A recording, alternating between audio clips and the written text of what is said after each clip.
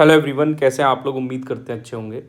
देखिए, ये video specially उन लोगों के लिए होने वाली है जो बहुत सालों से तैयारी कर रहे हैं और वो एक जॉब सिक्योर नहीं कर पा रहे हैं। इसकी पोस्टें भले कम हैं सेक्शन कंट्रोलर की, लेकिन ये बेस्ट अपॉर्चुनिटी है आपके लिए एक जॉब लेने की।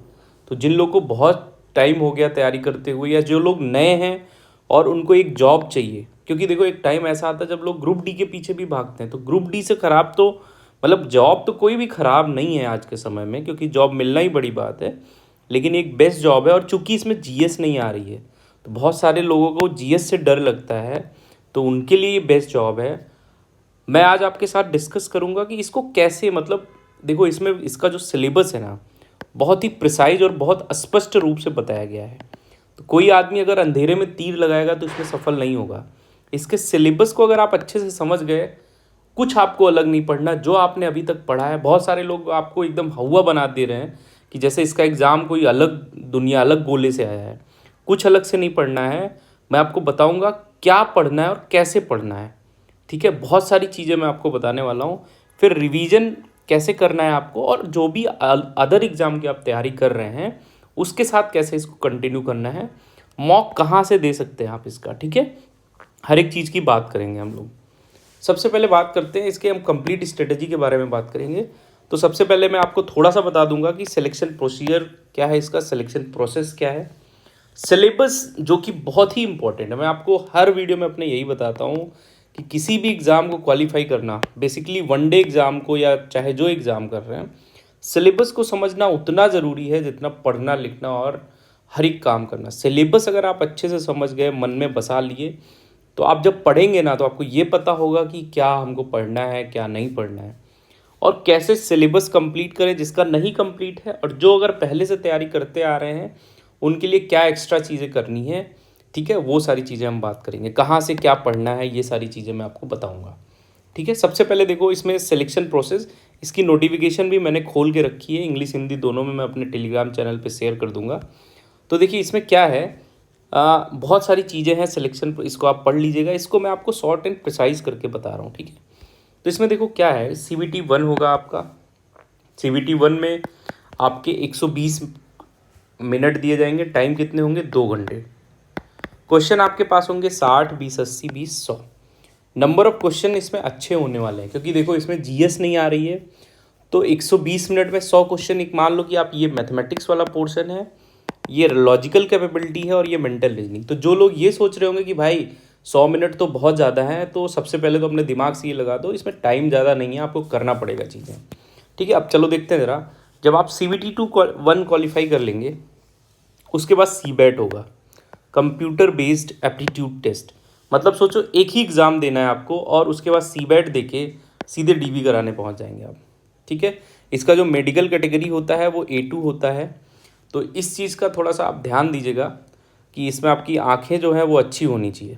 ठीक है, तो CBT 1 CBET होगा, फिर DB कराएंगे आप सीधे, और मेडिकल। कुल मिला के कहने का मतलब है कि एक एग्ज़ाम और इसका काम तमाम। कंपटीशन तगड़ा है, लेकिन हाँ आप कर सकते हैं। ठीक है, स्पेशली वो लोग जिनकी मैथ्स वगैरह बहुत स्ट्रांग है।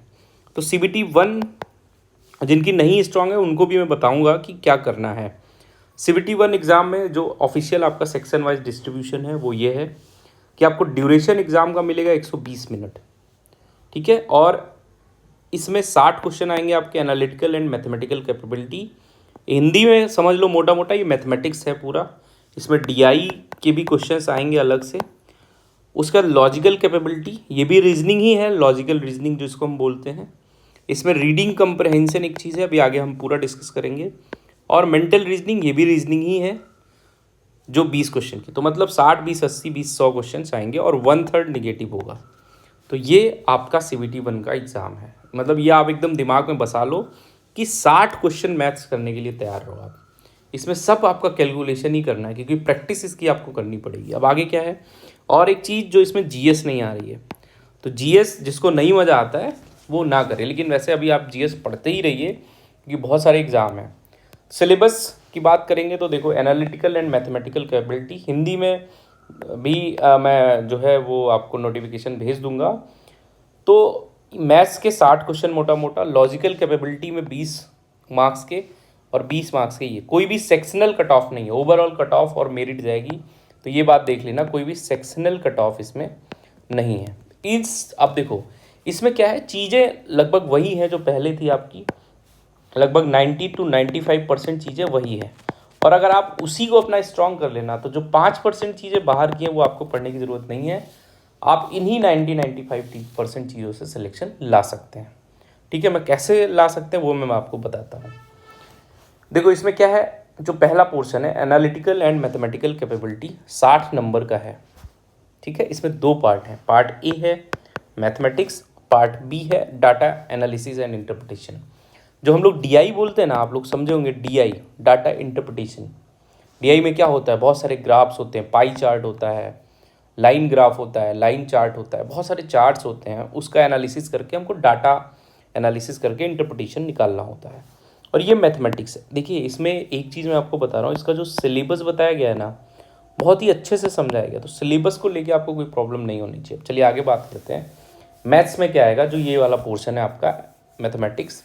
तो देखो सबसे पहले इन्होंने बोला कि भाई नंबर सिस्टम आएगा, संख्या प्रणाली।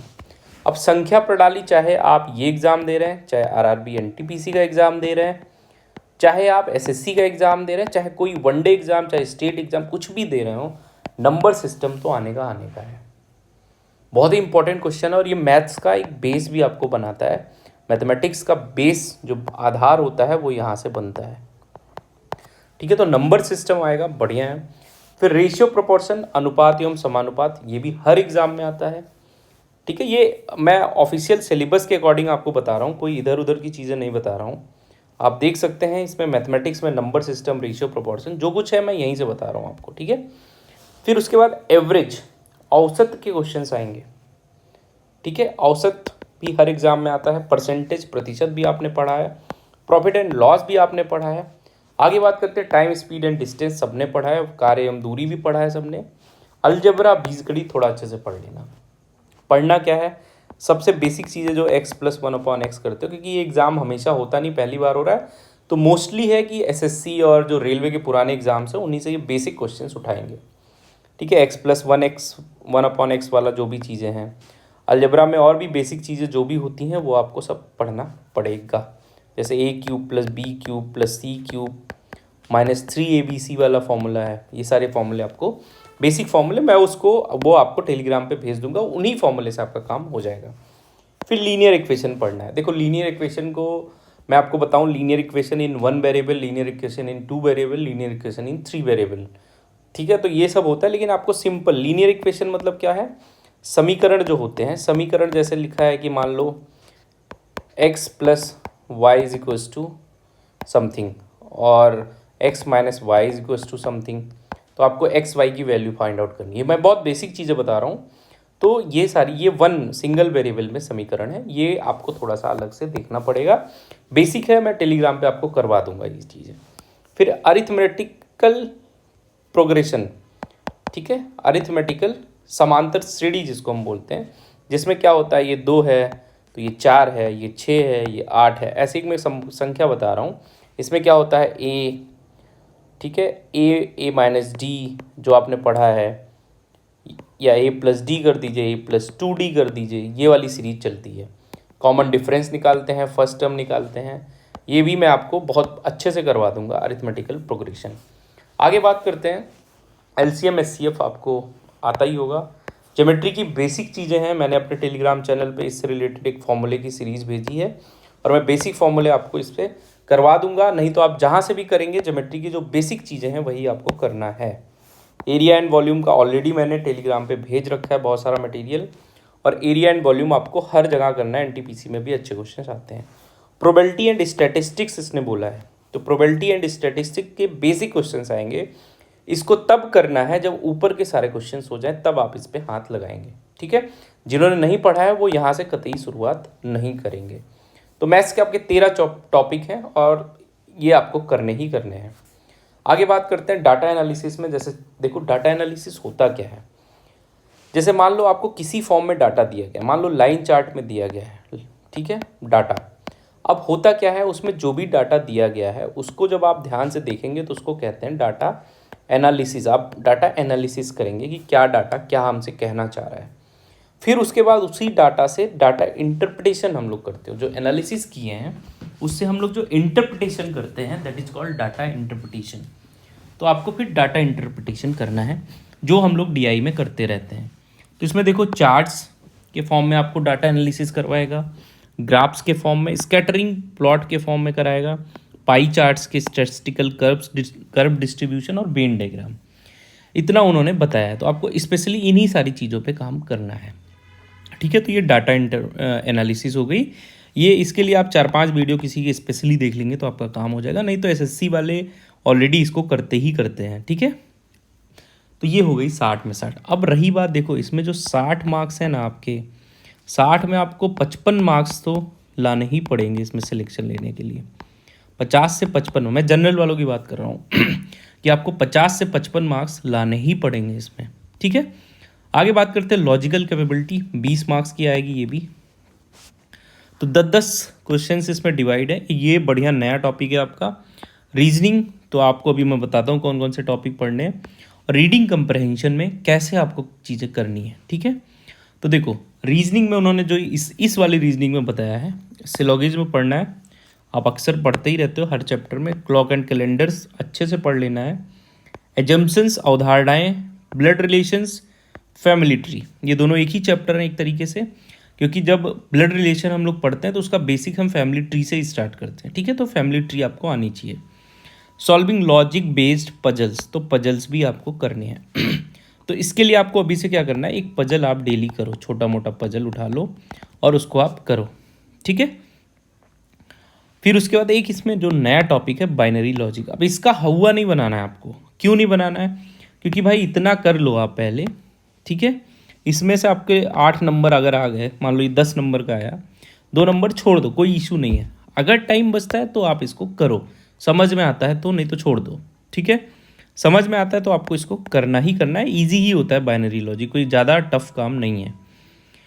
फिर उसके बाद रीडिंग कंप्रहेंशन आएगा। रीडिंग कंप्रहेंशन जैसे हम लोग पहले पढ़ते थे कि निम्नलिखित गद्यांश पद्यांश को यूपी बोर्ड में अक्सर पढ़ाया जाता है, पढ़ो और इसके शीर्षक बताओ और कई सारे क्वेश्चंस के आंसर्स दो। तो वही मुख्य विचार बताओ, मेन आइडिया क्या है, main idea of the passage, main idea of the paragraph. वो कहाँ से होंगे आपके, सोसाइटी से, लिटरेचर से, साइंस से रिलेटेड होंगे, विज्ञान से, इन्वायरमेंट से, abstract mythology, technology and culture, इन सब चीज़ों से। एक जो इंपॉर्टेंट क्वेश्चन है कि क्या सर ये रीडिंग कंप्रहेंशन इंग्लिश में आएंगे या हिंदी में, तो ये इंग्लिश में भी आएंगे और हिंदी में भी आएंगे। कैसे, क्या कहने का मतलब, अगर आप इंग्लिश का पेपर चूज करेंगे तो आपको इंग्लिश में, हिंदी मीडियम का पेपर चूज करेंगे तो आपको हिंदी में देगा, ठीक है। तो रीडिंग कंप्रहेंशन हो जाने के बाद आपको देखो मेंटल रीजनिंग आएगी, ये भी 20 मार्क्स का आपको आएगा, बहुत ही ईजी है। देखो इसमें सीधे चीज़ें बताएगी। एनालॉगी आएगा, identifying relationship between 2 items and applying it into another pair. 2 items में क्या क्या चीज़ें लग रही हैं उसी को लगा के तीसरे आइटम में आपको लगाना है। जैसे ही आप एनालॉगी करते थे समरूपता वैसे ही करना है। सीरीज कंप्लीशन, जैसे आपको एक सीरीज दे दी जाती थी 2, 8, ठीक है, 64, ऐसा कुछ सीरीज दी गई तो डॉट डॉट आगे बढ़ना। सीरीज के क्वेश्चंस हम लोग करते ही हैं रीजनिंग में। फिर उसके बाद identifying the pattern in a sequence of number, predicting the next term आप प्रेडिक्ट कर लेंगे। कोडिंग डिकोडिंग के क्वेश्चंस हैं इसमें। फिर उसके बाद सॉल्विंग रैंकिंग एंड अरेंजमेंट, ये भी हम लोग करते ही करते हैं कि मुकेश बाएं से 17वें स्थान पे, ये दाएं से 17वें स्थान पे, तो इस तरीके के क्वेश्चन हम लोग करते हैं, कोई डाउट नहीं है। इसके आपको सिलेबस को बस प्रिंट करके अपने पास रखना है, ठीक है। उसके बाद क्या करना है आपको, स्मार्ट अप्रोच क्या होगी इस एग्ज़ाम को क्वालिफाई करने के लिए, स्पेशली अगर आप न्यू कमर हैं या आप बहुत साल से पढ़ रहे हैं। तो देखो इस एग्ज़ाम को निकालने के लिए आपको सबसे पहले क्या करना चाहिए, मेरे हिसाब से आपको सबसे पहले मॉक देना चाहिए एक, ठीक है। अब चूंकि इसका एग्ज़ाम हर जगह नहीं होता तो मॉक मिलना इसका थोड़ा टफ है, लेकिन टफ नहीं, टेक्स्ट बुक आजकल सब लोग, मैं इसका ऐड नहीं कर रहा हूँ, फिर आपको बता रहा हूँ, सबके पास होती है। उसमें 10 से 10 मॉक शायद अभी पड़े हैं, वहाँ से आप एक मॉक दे दो, ठीक है। नहीं तो कोई आपका भाई दिया और नहीं आप लिए टेक्स्ट बुक, तो उससे प्रिंट, कोई किसी भाई के पास है टेक्स्ट बुक का तो उससे बोल दे भाई मेरे को ये देने दो। हाँ, मॉक देने के बाद आप उसमें 2 चीज़ें देखो, एक परसेंटाइल देखो, कितने परसेंटाइल आपके आ रहे हैं, ठीक है। ये फर्स्ट उतना इंपॉर्टेंट नहीं है, लेकिन देखना चाहिए कि कितने इंपॉर्टेंट। अगर आपके 95 परसेंटाइल से ऊपर आ रहे हैं, कोई ज़रूरत नहीं कुछ भी पढ़ने की, आप अपनी तैयारी करते रहो और बस दूसरे तीसरे दिन मॉक देते रहो, ठीक है, जिनके 95% मौका आ रहे हैं, मतलब मार्क्स आ रहे हैं। उसके टॉपिक आप देखो, कौन से टॉपिक के क्वेश्चंस आप कर ले रहे हो, कौन से टॉपिक के क्वेश्चन नहीं कर ले रहे हो। वो कैसे देखोगे आप? जब आप एनालिसिस करोगे तो आपको पता चलेगा, क्योंकि आप अवेयर हो, सब चीज़ों की तैयारी कर चुके हो। जो लोग नया नया कर रहे हैं उनको थोड़ा सा पहले सिलेबस ख़त्म करना पड़ेगा, ठीक है। बिना सिलेबस के आप वनडे एग्जाम में नहीं उतर सकते हैं। तो एनालिसिस करो कि कौन से टॉपिक वीक हैं और कौन से स्ट्रांग है। जो वीक टॉपिक हैं उनको आप डेली उनके क्वेश्चंस लगाओ, प्रैक्टिस करो, ठीक है। और रीडिंग कंप्रहेंशन के कम से कम 2 से 4 पैसेज आप करो। अगर आप इंग्लिश मीडियम वाले हैं तो बहुत सारे सोर्सेज आपके पास होंगे, हिंदी में भी आप अगर ऑनलाइन सर्च करेंगे तो मिल जाएंगे। नहीं तो आप अगर कहेंगे तो मैं टेलीग्राम पे डेली आपको 1 से 2 पैसेज रीडिंग कंप्रहेंशन के भेजता रहूँगा, ठीक है। उसके आगे क्या करना है? नेक्स्ट अपने को करना है, कमज़ोर चैप्टर्स को पकड़ना है और उनको अच्छे से प्रैक्टिस करनी है, ठीक है। तो सबसे पहले बड़ा जो काम है आपके पास, अपना कमज़ोर चैप्टर ढूंढना कि मेरा भाई कौन सा वीक एरिया है, ठीक है। क्या मैं रीजनिंग के क्वेश्चंस नहीं कर पा रहा हूँ, मैं ब्लड रिलेशंस के क्वेश्चन नहीं कर पा रहा हूँ, मैं सिलोगिज्म के क्वेश्चन नहीं कर पा रहा हूँ। ये चीज़ ढूंढना आपका पहला काम है, और इसको कौन ढूंढेगा? आप ही ढूंढ सकते हैं। फिर सारी चीज़ें रिवाइज करिए, और एक मॉक आप कम से कम 3-4 दिन पे एक मॉक देते रहिए, ठीक है। अगर आपके मार्क्स अच्छे आ रहे हैं, फिर भी नहीं आ रहे हैं फिर भी, और जो लोग नए हैं, मैं फिर बता रहा हूँ, नए लोगों को सबसे पहले आपको सिलेबस हिट करना चाहिए। किसी भी एग्ज़ाम को तैयारी करने के लिए सिलेबस आपको जितना जल्दी, जितना बढ़िया से तैयार कर लेंगे, उतना आपका सिलेक्शन जल्दी और अच्छे से होगा, ठीक है। तो मतलब मोटा मोटा बेसिक सिलेबस कंप्लीट होना चाहिए, फिर कंप्लीट सिलेबस होना चाहिए, नोट्स आपके पास होना चाहिए, रिवीजन करते रहो। मैथ रीजनिंग में आपको 100% अपना देना ही देना है, और ये इसमें मैथ और रीजनिंग का ही खेल है मेरे भाई। तो इतना अगर आप कर लोगे, बाकी कोई भी चीज़ अगर छूट रही तो आप टेलीग्राम पे मुझसे जुड़िए, हम लोग वहाँ पे डिस्कस करेंगे। बहुत सारे मैं स्टडी मटेरियल आपको प्रोवाइड कराऊंगा। ऑल द बेस्ट, तैयारी करिए, एक जॉब लेना है, और ये बहुत ही अच्छी अपॉर्चुनिटी उन लोगों के लिए जो जीएस से डरते हैं, ठीक है। चलिए, ऑल द बेस्ट।